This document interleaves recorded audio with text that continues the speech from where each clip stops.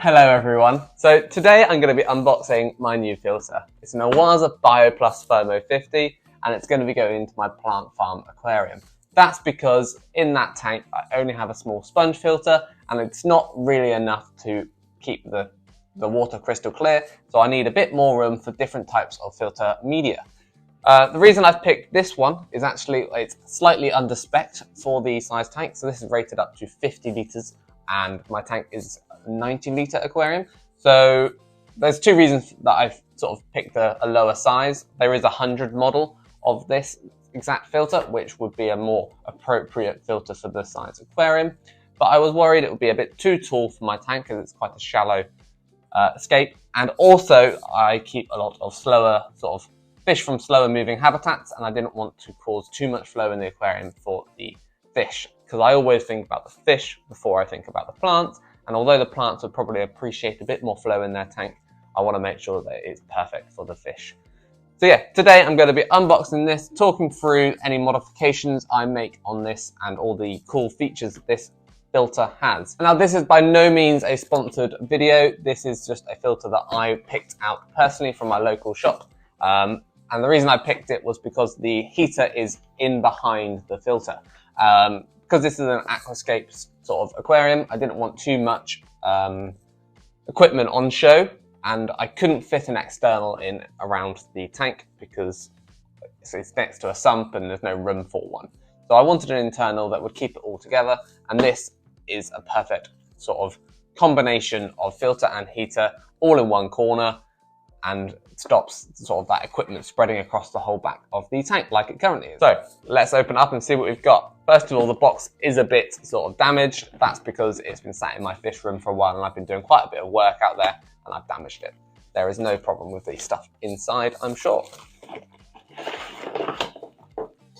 So, manuals for the heater, for the filter, and all that stuff. Let's just put that over there, and I'll grab it if I ever need it, but hopefully I will not. So here is what you get in the box. So first of all, we have some suction cups. These are to be used on the back of the filter, but they can also be used to attach onto this little bracket. And this bracket is for the heater and allows you to use the heater outside of the filter. So if your filter ever breaks, you don't have to throw away everything. You could pop the bracket onto your heater, add your suction cups to the bracket, and that can go into your tank and you can just replace the filter housing. They do sell the filters that are not thermo versions, so you don't have to buy it all over again, which is quite a nice little feature. I'm going to pop the heater and the bracket away for a second, so I don't want to damage the glass on it when I'm working on this filter. So first of all, let's look at the outside of this filter. Immediately you can see the tube for the heater to sit inside and the holes in the back for the suction cups to sit in the corner of your aquarium. I assume that's where they are. Again, I will find that out when I try and put them in, I guess.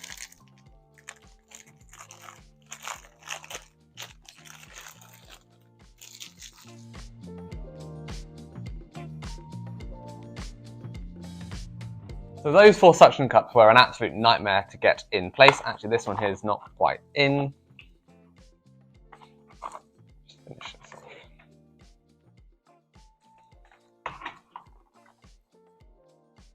There we go. So they're quite tough to get into those holes. It probably would help if I slightly warmed up the suction cups, the rubber on them slightly. They would probably become a bit more malleable. But now they are in place, so that's a start. So at the top of the filter, there is this adjustable dial, and this controls your outflow.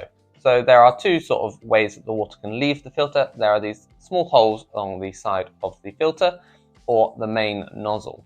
And you can adjust, using the dial, the proportion of water that goes through the 2 outflows. The side gives you a nice even distribution and gentle surface agitation, whereas you can get a more concentrated flow from the central nozzle. I think I'll probably use a bit of both and have some coming out to get some surface agitation for gaseous exchange, whilst having a more concentrated flow to help the plants stay sort of supplied with fresh, clean, nutrient-rich water.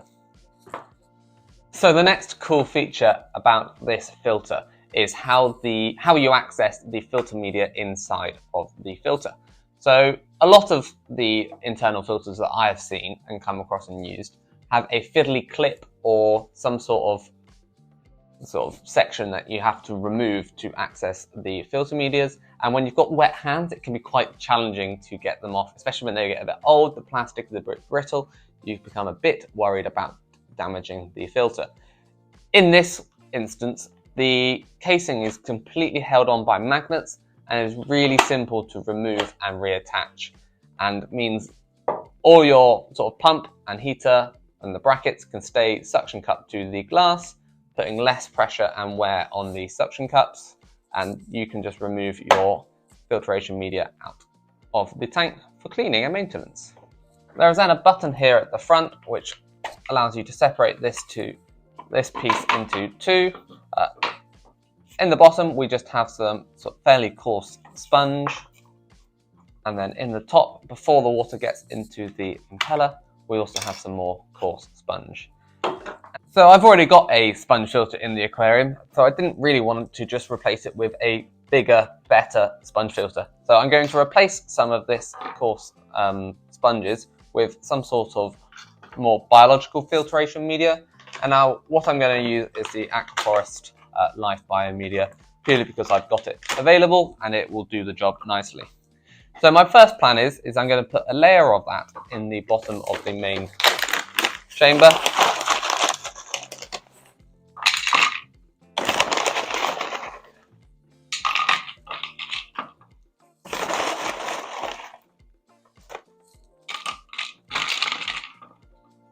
Like so. That will just give a bit better sort of home for bacteria, and then I will put a coarse piece of foam across the top. Now I could cut this down in size, whichever way around it goes. I could cut that in half and then just sit that on top. Alternatively, I can use some of this, which is already half the width of the sponge that comes with the filter. I got these sheets, they're more designed for ponds, but I used it for my sump in the fish room, and these will work nicely. And I have different grades of foam, so I can choose which one I would like. I think I'm going to go for the medium sized, so it doesn't block too quickly, because I'm actually going to add some fine filter wool as well as a fine polishing. Now, all I need to do is line up roughly how much I need.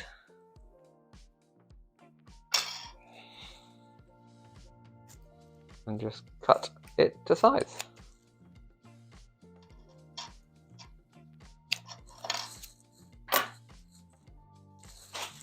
And that will sit nicely on top of there. Like so. And now, because this is a nice planted aquascape, it's clear water, no botanicals or anything in there, I do want to just finish off this little chamber with some very fine filter wool. Now I have some just here. Got a big bag of it, makes it a lot cheaper. If I can find the end. Here we go. Just tear a bit off. Now I would like to just pop some of that in the top. And now I can replace this regularly and keep the water polished off and all the fine particulates removed. I then have the final sort of section before it goes into the impeller. And now I could just use the foam that I have already got in there. Or, alternatively, what I plan to do is pull out a little bit more biomedia.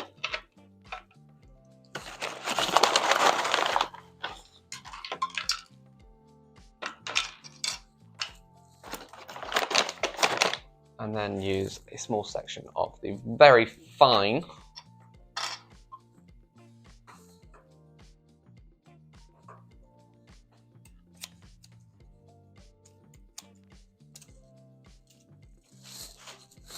foam, which will then just sit happily on top of there, in theory. And that all clips in. So now I've got extra sort of place for bacteria. I've got a little finer polishing pad. If this ever stops working, I still have some mechanical filtration going in there. And then this can just sit back on top. And there I have it. Slightly modified, but a filter ready to be used. That all clips back together and good to go and install it into a tank.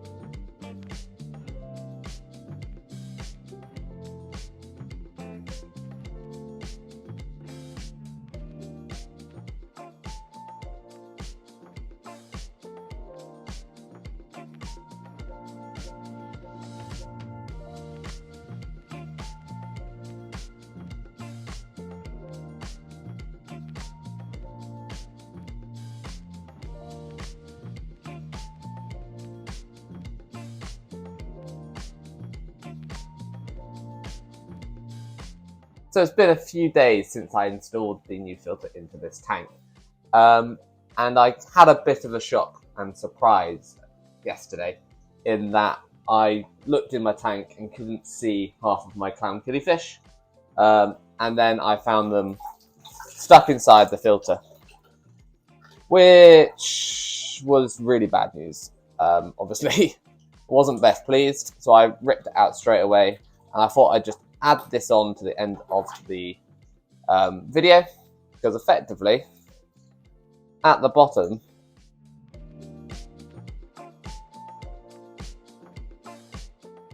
so I thought the water would get drawn in through these gaps here, and I thought that was quite small, suitable for a nano fish. For some reason, I completely forgot to check the bottom. It's actually completely open, and when that obviously can't be buried in the sand because it would just suck up all the sand, but the fish went underneath the filter and went straight up there and got stuck inside the filter.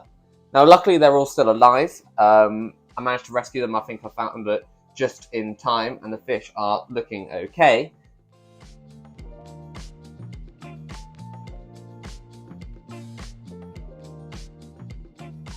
But yeah, the fish, the shrimps, they all ended up in that filter in fairly high numbers.